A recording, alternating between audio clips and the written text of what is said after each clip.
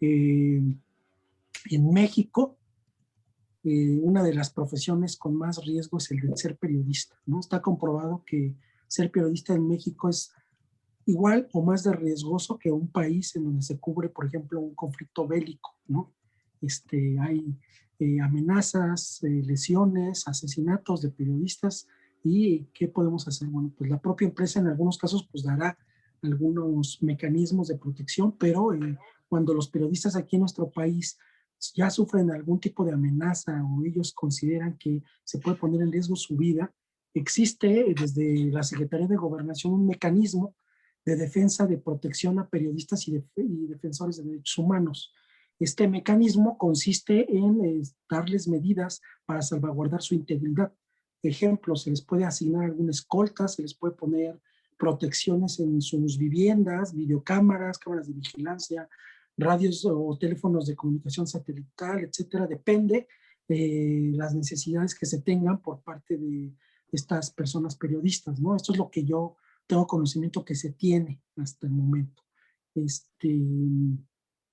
También, bueno, pues creo que la diferencia entre informar y comunicar ahí es un poco más el tema de los comunicólogos, pero bueno, entiendo que la parte de la información es como un insumo para la comunicación. La comunicación es un proceso mayor, ¿no? Un proceso en donde se tiene que haber un receptor y un emisor en el proceso de comunicación.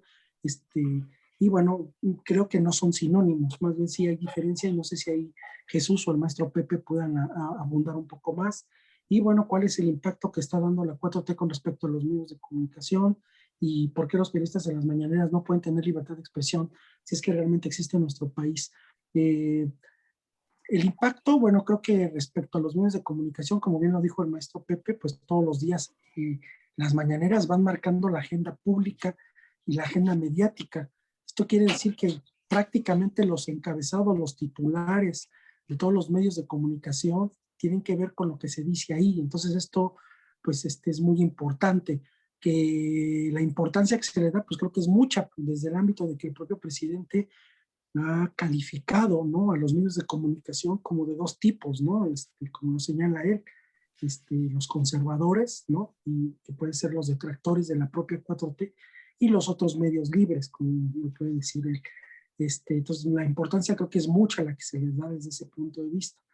Y bueno, si te refieres a que no pueden tener libertad de expresión, a que en algunas ocasiones, por ejemplo, no se les permite pues la réplica o como que se les de alguna manera coopta en las preguntas que lleguen a hacer ellos o las opiniones que lleguen a dar, pues yo creo que también tiene que ver con el propio formato que está diseñado para que se comunique desde la máxima tribuna lo que se quiere comunicar, ¿no? Y hasta donde se quiera comunicar, pero el periodista saliendo de ahí pues tiene pues el libre derecho o tiene plenamente el derecho de libertad de expresión de poderlo plasmar pues, en sus columnas periodísticas, en sus medios de comunicación, ¿no? Yo sí me considero con la libertad de poder hablar, tal es así que creo que este tipo de foros, de este tipo de medios, de charlas, me lo permiten, a pesar de que yo soy un servidor público, ahorita lo hago desde el punto de vista personal, profesional, académico, y que puedo con toda libertad hacer una crítica a las instituciones, incluso a la propia institución en la que laboro, de los puntos, de las fallas, de las virtudes, sin ningún temor, ¿no? Yo por esa parte, aunque, bueno, pues también no me dedico al periodismo y creo que también, pues los periodistas tendrán que contestar de una manera diferente, ¿no? Eso sería de mi parte, Jesús. Muchas gracias, mi estimado maestro, mi estimado maestro Mar, muy amable. Y bueno, maestro Reveles, hace un momento se cortó la transmisión, pero pues ya para llegar al cierre de esta transmisión, por favor, si fueras tan amable de llegar ahora sí a una conclusión de lo que aquí charlamos. Bueno, en total acuerdo con lo que acaba de decir el maestro Omar Cortés, de que más allá de que uno pueda ser incluso un servidor público, tiene uno perfectamente resguardado su derecho a opinar sobre cuestiones que no ve del todo correctas. Me parece que es el caso del tercer ejemplo que puse, en donde me parece que una agencia de noticias del gobierno del Estado no puede dedicarse a atacar a otras personas con cuentas falsas,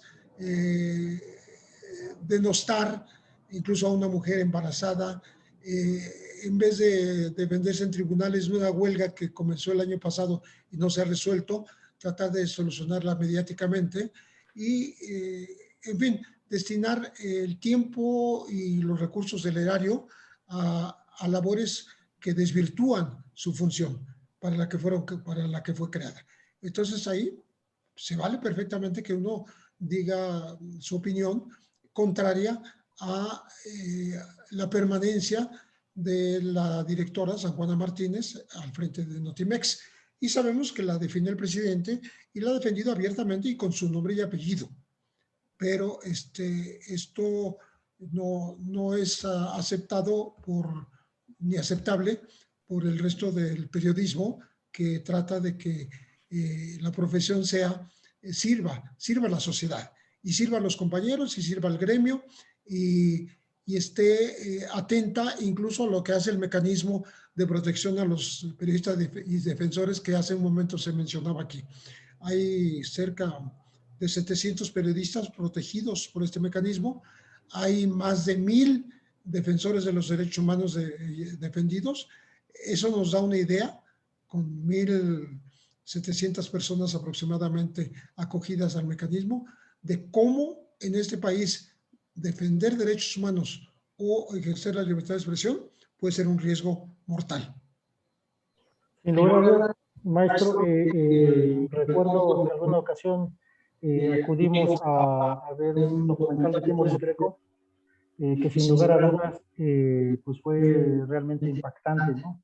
El maestro Marc Cortés puso precisamente en el tintero el riesgo que conlleva el ejercer el trabajo periodístico en este país, y el caso de Timoris Greco, pues evidentemente que se vuelve aquí revelador y demuestra lo que señaló el maestro Omar, porque definitivamente, ¿no? Él venía de un conflicto armado allá en Medio Oriente, y curiosamente cuando llega aquí a México y se empieza a involucrar en temas que son realmente muy delicados, como es el propio de la delincuencia organizada, pues precisamente decide elaborar este documental, y pues bueno, con esta triste realidad de este escenario que existe en este país en torno a la cobertura que se hace periodísticamente hablando sobre esta clase de temas.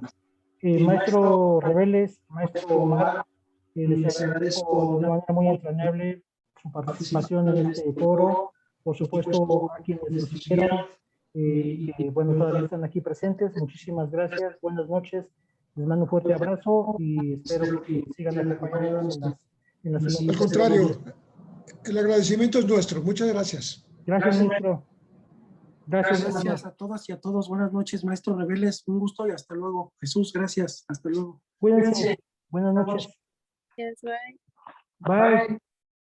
Hasta luego, profesor. Hasta luego.